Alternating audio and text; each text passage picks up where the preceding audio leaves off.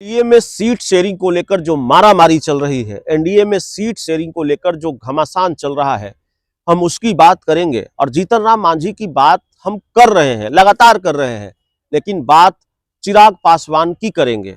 लोक जनशक्ति पार्टी रामविलास के राष्ट्रीय अध्यक्ष चिराग पासवान कितनी सीटों पर मानेंगे और स्ट्राइक रेट के हिसाब से चिराग पासवान सीट मांग रहे हैं। बिहार विधानसभा चुनाव में एनडीए कोटे से उनको कितनी सीटें मिलेंगी? क्या 40 और 50 सीटें बीजेपी दे पाएगी? और एक बार फिर चिराग पासवान और नीतीश कुमार के बीच सब कुछ ठीक नहीं होने के संकेत मिल रहे हैं। बीपीएससी अभ्यर्थियों के मामले में चिराग पासवान का जो रुख रहा है वो उनके मिशन 2025 को कहीं कमजोर न कर दे, चिराग पासवान के मिशन 2025 को नुकसान न हो जाए, इस बात का अंदेशा भी है। नीतीश कुमार को नाराज करने की क्या कीमत चुकानी पड़ती है, चिराग पासवान को ये अंदाजा और ये अंदेशा है। देखिए, नीतीश कुमार एक म्यान में दो तलवार रखेंगे नहीं।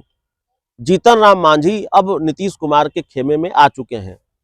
चिराग पासवान भी एनडीए का हिस्सा है, जीतन राम मांझी भी एनडीए का हिस्सा है, नीतीश कुमार भी एनडीए का हिस्सा है, लेकिन गठबंधन के अंदर गठबंधन वाली बात होती है। तो अब भारतीय जनता पार्टी के लिए नहीं, जीतन राम मांझी नीतीश कुमार के लिए और जेडीयू के लिए बैटिंग कर रहे हैं। कल उन्होंने यहां तक कह दिया कि 2025 के बाद भी नीतीश कुमार ही मुख्यमंत्री बनेंगे।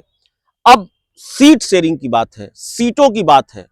चिराग पासवान को कितनी सीटें मिलेंगी और जीतन राम मांझी को अगर ज्यादा सीटें मिली, जीतन राम मांझी को अगर सीटें 5-7 से ज्यादा सीटें मिली, 5-7 से जितनी ज्यादा सीटें मिलेंगी, तो क्या चिराग पासवान की सीटों में कटौती होगी? और चिराग पासवान ने बीपीएससी अभ्यर्थियों को लेकर जो रुख अपनाया है, बीपीएससी अभ्यर्थियों को लेकर जो उनके बयान आए हैं, जो उनके तेवर हैं, क्या इससे उनको खामियाजा भुगतना पड़ेगा? क्या एक बार फिर उन्होंने नीतीश कुमार को नाराज कर दिया है? जीतन राम मांझी और नीतीश कुमार की रिश्तों की मजबूती, दोनों के बीच की अच्छी होती केमिस्ट्री, इस बात का अंदेशा भी देती है या इस बात का संकेत भी देती है कि चिराग पासवान और नीतीश कुमार के रिश्तों में दूरी आई है।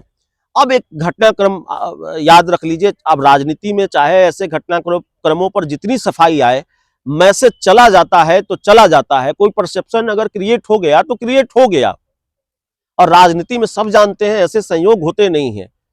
नीतीश कुमार को चूड़ा दही भोज पर आमंत्रित किया था चिराग पासवान ने, और नीतीश कुमार जब पहुंचे तो स्वागत के लिए चिराग पासवान वहां मौजूद नहीं थे। हालांकि इस पर चिराग पासवान की सफाई ये थी कि भाई नीतीश कुमार जब पहुंचे तो समय से पहले पहुंचे और तब मैं पूजा में था, पूजा से उठकर जाना संभव नहीं था।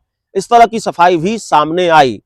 लेकिन हाल के दिनों में, जो पिछले दिनों की बात थी, जो केमिस्ट्री दिख रही थी नीतीश कुमार और चिराग पासवान के बीच, वो हाल के दिनों में नहीं दिखी है। एक इंटरव्यू को भी याद दिलाना चाहेंगे। चिराग पासवान का एक राष्ट्रीय चैनल पर इंटरव्यू, उनसे पूछा जाता है कि क्या 2025 के बाद नीतीश कुमार ही मुख्यमंत्री होंगे, तो चिराग पासवान कहते हैं कि सीट शेयरिंग का मामला आसानी से सुलझ जाएगा।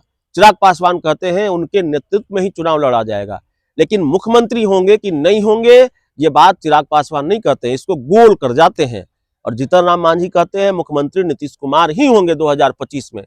तो जीतन राम मांझी अब खुलकर बैटिंग कर रहे हैं और अब ये संकेत मिलने लगे हैं कि चिराग नीतीश के बीच सब कुछ ठीक नहीं है, केमिस्ट्री थोड़ी हाल के दिनों में गड़बड़ हुई है, और केमिस्ट्री गड़बड़ हुई है तो फिर चिराग पासवान को सीटों का खामियाजा भुगतना पड़ेगा। कम सीटों से संतोष करना पड़ सकता है, 2020 वाली स्थिति हो सकती है। और क्या चिराग पासवान एक बार फिर नीतीश कुमार के खिलाफ खेल करेंगे, एनडीए से अलग होकर भाजपा से मैच फिक्सिंग होगा, या प्रशांत किशोर के साथ मैच फिक्सिंग होगा नीतीश कुमार को निपटाने के लिए? ये तमाम तरीके के सवाल हैं बिहार के राजनीतिक गलियारों में चिराग पासवान को लेकर। इतनी बात तो तय है कि नीतीश कुमार को अगर नाराज कर दिया है चिराग पासवान ने, तो जाहिर तौर पर इसका खामियाजा उनको भुगतना पड़ेगा। केमिस्ट्री ठीक नजर नहीं आ रही है, तो इसके ये संकेत भी है कि आने वाले दिनों में सीट शेयरिंग का मामला थोड़ा मुश्किल हो सकता है चिराग पासवान के लिए। बहुत बहुत धन्यवाद।